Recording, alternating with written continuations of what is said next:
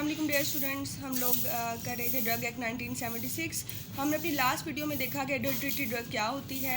उसके बाद जो नेक्स्ट हमारे पास बी है सबसेक्शन, उसमें अपीलेट ड्रग के बारे में लिखा हुआ है। अपीलेट ड्रग क्या होती है? Means the board constituted, appellate board means board constituted under section 9।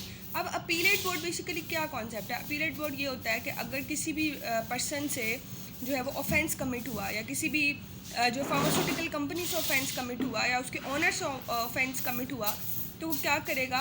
वो अपनी और उसको जो सेंट्रल लाइसेंसिंग अथॉरिटी ने जो है वो उसको पनिशमेंट दे दी और उसको इम्प्रिजनमेंट दे दी, तो वो क्या करेगा? अपनी जो अपील को लेकर अपीलेट बोर्ड के पास जाएगा। तो अपीलेट बोर्ड की बेसिकली कंपोजिशन और उसका सब कुछ हम जो है ना वो सेक्शन 9 में पढ़ेंगे। अभी सिर्फ हम देख लेते हैं कि अपीलेट बोर्ड का इसकी इस लाइन को एज सच जो है वो उसको अंडरस्टैंड कर लेते हैं। फिर उसके बाद जी नेक्स्ट है हमारे पास सी बैच। बैच का मतलब होता है quantity of any drug produce during a given cycle of manufacturing हो रही है, तो बैच का यही मतलब है कि एक स्पेसिफिक ड्रग की जो स्पेसिफिक क्वांटिटी प्रोड्यूस हो रही है उसको बैच कहते हैं। ठीक है, जैसे हम कह रहे हैं कि ये जो है ना फ्रेश बैच निकला है पैनाडोल का, ये फ्रेश बैच निकला है डिक्लोफेनेक सोडियम का, डिक्लोफेनेक पोटाशियम का। ठीक है, उसके बाद ये बैच नंबर के बारे में बताया। Batch number means a designation printed on the label of a drug that identifies the batch and permits the production history of the batch including all stages of manufacture and control to be traced and reviewed। Students basically जो batch number ये होता है कि आपने एक drug बना ली। ठीक है, आपको ये तो बेसिक कॉन्सेप्ट है, आप फाइनल ईयर के स्टूडेंट्स हैं कि जो आपने ड्रग बना ली, तो जो आपके पास जो ड्रग का हमारे पास जो पैक होता है उसके ऊपर बैच नंबर जो होता है वो इम्प्रिंटेड होता है, इनकलकेटेड होता है, इनग्रेव्ड होता है। ठीक है, तो उसके ऊपर क्या लिखा होता है? उसका बैच नंबर पे उसका जो उसकी इंडिकेट करता है वो बैच नंबर डिपिक्ट करता है कि बैच कौन सा है, और उसकी प्रोडक्शन हिस्ट्री के बारे में बताता है। ठीक है जी, जिसमें तमाम मैन्युफैक्चर और कंट्रोल के स्टेजेस वगैरह लिखे होते हैं। तो ये जी बैच नंबर हो गया। फिर सेंट्रल लाइसेंसिंग बोर्ड। अब सेक्शन नंबर 5 जो है वो सारा का सारा सेंट्रल लाइसेंसिंग बोर्ड के बारे में। तो सेंट्रल लाइसेंसिंग बोर्ड मीन्स अ बोर्ड सेटअप अंडर सेक्शन 5। उसके बाद एफ है हमारे पास, एफ सब सेक्शन की काउंटरफीट ड्रग क्या होते हैं।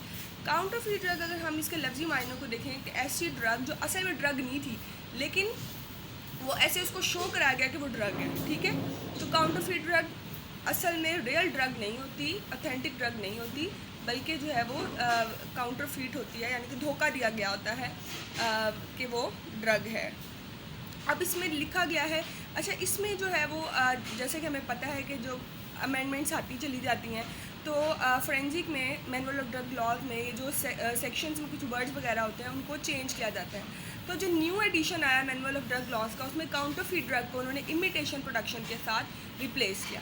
तो हम देखेंगे कि ये क्या होता है। It means a drug labelled means a drug, the label or outer packing of which is an imitation or resembles or so nearly resembles to be calculated to deceive the label or outer packing of a drug of another manufacturer। कि counterfeit drug ऐसी drug है जिसकी जो label है या उसकी outer packing जो है इमिटेशन है, वो नकल है या रिजेंबल करती है किसी और मैन्युफैक्चरर की ड्रग के, तो उसको हम काउंटरफीट ड्रग कहेंगे। लेकिन न्यू जो पंजाब अमेंडमेंट आई उसमें इसकी जगह काउंटरफीट की ड्रग की जगह इमिटेशन प्रोडक्शन लिखा गया। अब इमिटेशन प्रोडक्शन क्या है? Imitation product means a drug generic और एनी अदर सब्सटेंस और प्रिपरेशन ऑफ एनी होम्योपैथिक, यूनानी, आयुर्वेदिक और बायोकेमिक मेडिसिन और any preparation offered for treatment prevention of disease. तो ये इमिटेशन प्रोडक्शन की हमारे पास डेफिनेशन आ गई, इसको रिप्लेस किया गया काउंटरफीट ड्रग से। उसके बाद ये सबसे इंपॉर्टेंट जी सब सेक्शन है हमारे पास ड्रग। ये जो ड्रग वाला जो सब सेक्शन है ये बहुत इंपॉर्टेंट है और ये अक्सर 5 नंबर का सवाल है, 10 नंबर का जो क्वेश्चन है वो आपके थ्योरी पेपर में आता है। अब ड्रग क्या मतलब है, या ड्रग के कौन कौन से जो सब सेक्शन है, क्या क्या पॉइंट्स हैं वो हम देखते हैं। ड्रग के क्या क्या पॉइंट्स हैं, सॉरी सब सेक्शन नहीं, ड्रग के क्या क्या पॉइंट्स हैं। Drug includes any substance or mixture of substances that is manufactured, sold, offered for sale or represented for internal or external use in treatment, mitigation, prevention or diagnosis of disease, an abnormal physical state or the symptoms thereof in the human beings or animals, or the restoration, correction or modification of organic function in human beings or animals, not being a substance exclusively used or prepared for use in accordance with the Ayurvedic, Unani, homeopathic or biochemic system of treatment, except those substances and in accordance with such conditions as may be prescribed। Simple असल में मैं read इसलिए करती हूँ क्योंकि ये manual of drug laws या forensic pharmacy में आपको पेपर में एज इट इज़ लफ्ज़ लिखने पड़ते हैं।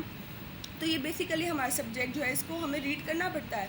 इसमें कॉन्सेप्ट के साथ साथ आपको जो है वो एज इट इज़ लिखना पड़ता है, इसलिए इसकी रीडिंग ज़रूरी है। अब वो कहते हैं कि ड्रग का मतलब कोई ऐसा सब्सटेंस है कि मिक्सचर ऑफ ऐसे सब्सटेंसेस हैं जिसको तैयार किया गया, जिसको बेचा गया, ठीक है, या इसको स्टोर किया गया या उसको सेल के लिए ऑफ़र किया गया, पेश किया गया।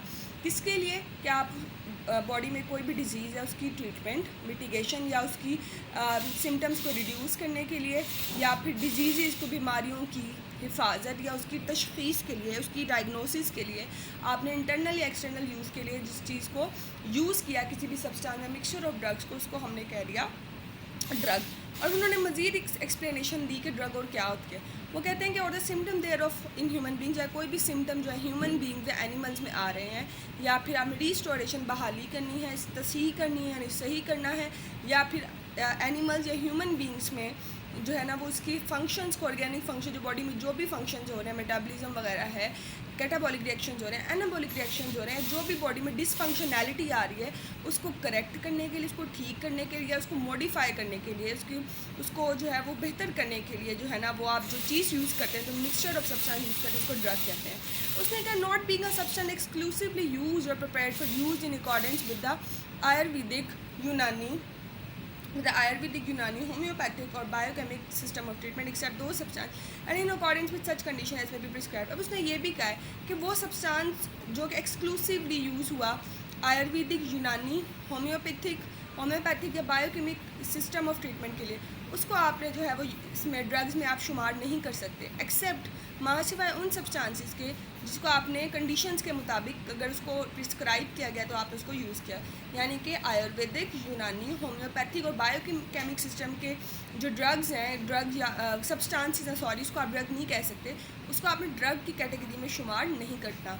तो ये ड्रग की हमारे पास सारी डेफिनेशन आ गई फर्स्ट पॉइंट। अब सेकंड हम देखेंगे, वो कहते हैं कि जी abortive or contraceptive substances, agents or devices, surgical ligatures, sutures, bandages, absorbent cotton, disinfectants, bacteriophages, adhesive plasters, gelatine, capsules and antiseptic solution. वो कहते हैं ये सब भी ड्रग्स में शामिल होंगे। जैसे कि एबॉर्शन के लिए जो दवाइयाँ यूज़ हो रही हैं, कॉन्ट्रासेप्शन के लिए जो भी ड्रग्स यूज़ हैं, आपको पता है कि कॉन्ट्रासेप्टिव सब्सटेंसेस कौन सी होती हैं और उनके क्या यूजेस होते हैं। यानी कि जो प्रेगनेंसी को प्रिवेंट करने के लिए आप फार्मेसीज या जो प्रिस्क्राइब देते हैं on the recommendation of physician, उसको कॉन्ट्रासेप्टिव सब्सटेंसेस कहते हैं। और कहते हैं और जो एजेंट्स और डिवाइसेस हैं, सर्जिकल लाइगेचर्स, यानी कि जो सर्जरी में जो भी लाइगेचर्स एंड सुचर्स यूज़ होते हैं वो भी ड्रग्स हैं। इसके अलावा बैंडेजेस भी ड्रग हैं, अब्जॉर्बेंट कॉटन वगैरह ये भी ड्रग्स हैं, डिसइंफेक्टेंट्स भी ड्रग्स हैं, बैक्टीरियोफेजिस वेक्टर वगैरह ये भी ड्रग्स हैं। क्योंकि बैक्टीरियोफेजिस वेक्टर स्टूडेंट्स इसलिए इसको ड्रग में डाला क्योंकि जब हम लोग जो है वो फार्मास्यूटिकल टेक्नोलॉजी की फील्ड की बात करते हैं तो उसमें बैक्टीरियोफेजिस जो है वो वेक्टर के तौर पे यूज़ होता है। उसमें वो ड्रग के तौर पे हमने उसकी कहीं ना कहीं जो है उसको देखा कि वो ड्रग के तौर पे यूज़ हो रहे हैं, तो इसलिए इसको ड्रग की कैटेगरी में डाला। एडहेसिव प्लास्टर, जब आपको चोट वगैरह लगती है तो चिपकने वाले जो प्लास्टर्स हैं वो भी ड्रग की कैटेगरी में आते हैं। इसी तरह जो कैप्सूल्स हैं, gelatin capsule, soft gelatin capsules हैं, हार्ड जेलेटिन कैप्सूल्स हैं, मार्केट में अवेलेबल हैं। सॉफ्ट जेलेटिन कैप्सूल में हमारे पास एवियन आ रहा है, एविलार आ रहा है, तो ये सारे भी क्या हैं, ड्रग्स हैं। इसके अलावा एंटीसेप्टिक सोल्यूशन जितने भी मार्केट में अवेलेबल हैं वो सारे के सारे ड्रग की कैटेगरी में आ रहे हैं। फिर जी थर्ड पॉइंट है हमारा कि such solutions intended to be use for the destruction or repulsion of such vermin, insects, rodents and other organisms as cause, carry or transmit disease in human beings or animals, or for infection in residential areas or in premises in which food is manufactured, prepared or kept or stored।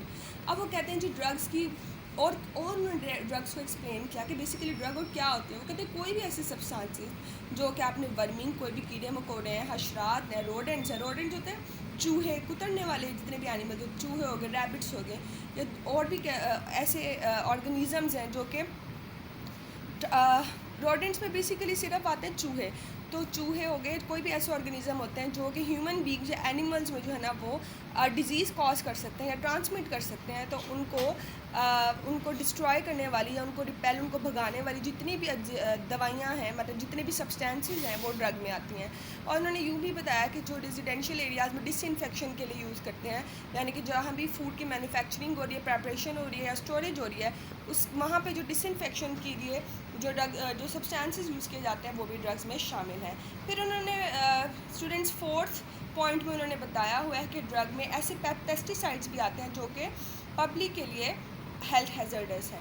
तो ये सारे points आ गए drug में। Fifth point में उन्होंने बताया कि as any substance mentioned as monograph or as a preparation in the Pakistan Pharmacopoeia or the Pakistan National Formulary or the International Pharmacopoeia or the British Pharmacopoeia or the British Pharmaceutical Codex or the United States Pharmacopoeia or the National Formulary of the United States, whether alone or in combination with any substance exclusively used in the Unani, Ayurvedic, homeopathic or biochemical system of treatment and intended to be used for any of the purposes mentioned in subclasses 1, 2 and 3. अब important बात क्या है कि उन्होंने कहा कि कोई भी ऐसी जो सब्सटेंस है, कोई भी ऐसा मादा है, कोई भी ऐसा अज्जा है जो कि मोनोग्राफ में लिखा गया। मोनोग्राफ कौन से में लिखा गया? पाकिस्तान के फार्माकोपिया में, पाकिस्तान नेशनल फार्मूलरी में लिखा गया, इंटरनेशनल फार्माकोपिया में लिखा गया, ब्रिटिश फार्माकोपिया में लिखा गया, ब्रिटिश फार्मास्यूटिकल कॉडेक्स में लिखा गया, यूनाइटेड स्टेट फार्माकोपिया में लिखा गया या फिर यूनाइटेड स्टेट्स के नेशनल फार्मूलरी में लिखा गया।